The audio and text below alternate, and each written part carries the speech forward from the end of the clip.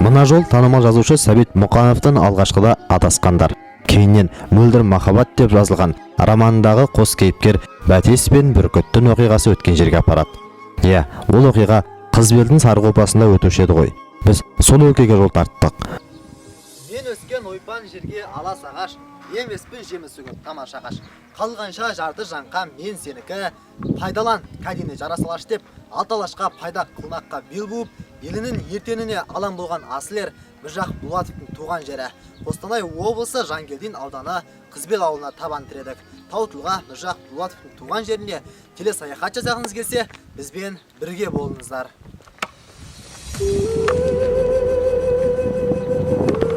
Бабамыз Асан Қайғының баласы Абат Батырды жұтқан Айдаһар туралы аңыз есіңізде шығар. Сол аждаһаны ауыл іргесіндегі Бота таудың жанында жер жұтқан деседі. Қаламгер Сәбит Досановтың Ақбас Бүркіт туралы аңыз атты шығармасы да осы бір өлкені тілге тиек етеді. Бұл жердің ашылмаған жұмбағы, айтылмаған сыры әлі де көп. Әйтпесе ақын апамыз Фариза Оңғарсынова басынан Қызбел таудың мұнары ұшып, мөлтілдеп көк тасында тұнады шық, біресе жүдеу жалғыз көрінеді, жанына енермедім сыралысып деп бекерге жазбаған болар. Айта бергіміз ақ келеді, тек көрерменіме көпе көрінеу мақтай бергенін несі дегізгім келмей отыр. Дегенмен талай іс пен ерліктің тұңғыш тұлғалары туған жер менің де жылы сөзіме зәру бола қоймас.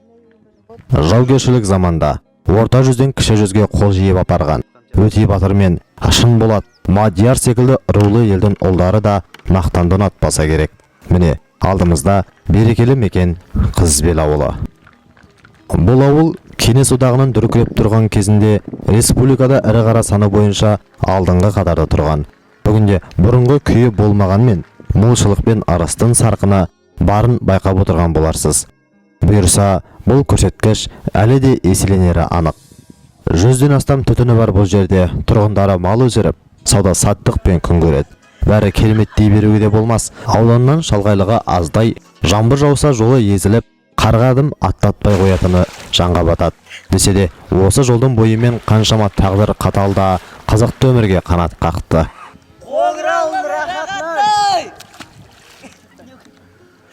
Көбісі сыртқа кетсе, қалған бөлігі қара шаңыраққа ие.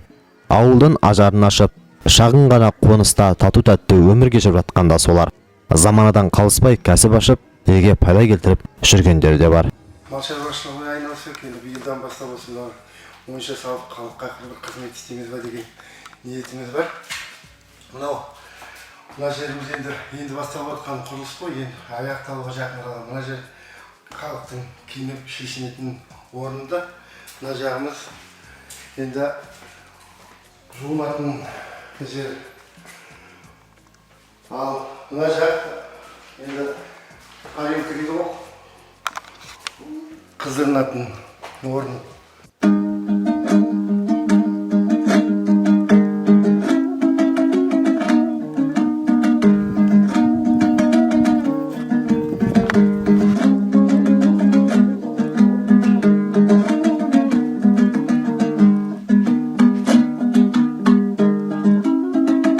Себебі де осы Мадияр баба ғой енді. Мадияр бабаның атады осы кісінің ұрпақтары енді.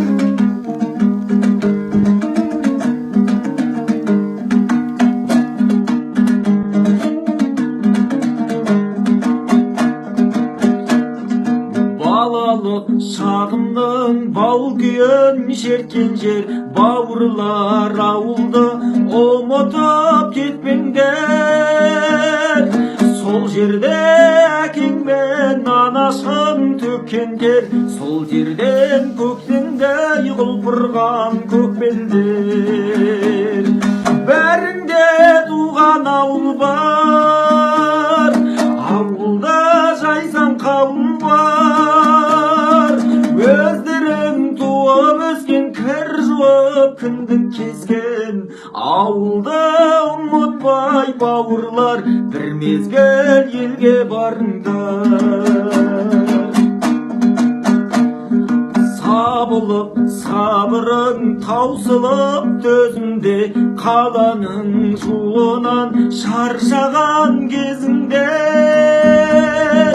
ауылға жол тартсаң нұр ойнар көзіңде, бөленіп кетерсің ерекше сезімге. Бәрінде туған ауыл бар, ауылда жайсан қауым бар.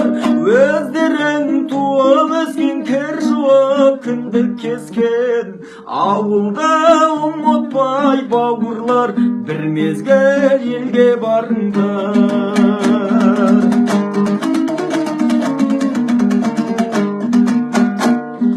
Ауылда атаң бар, аузы дуалы, әжең бар, күн сынды мейірім шуағы.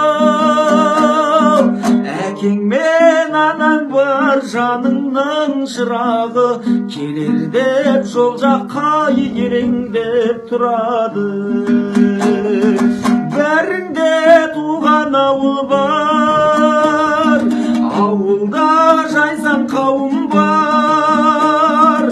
Өздерің туып өскен, кір жуып кіндік кескен, ауылда ұмытпай бауырлар, бір мезгіл елге барыңдар. Бәрінде туған ауыл бар, ауылда жайсан қауым бар. Өздерің туып өскен, кір жуып кіндік кескен, ауылда ұмытпай бауырлар, бір мезгіл елге барыңдар.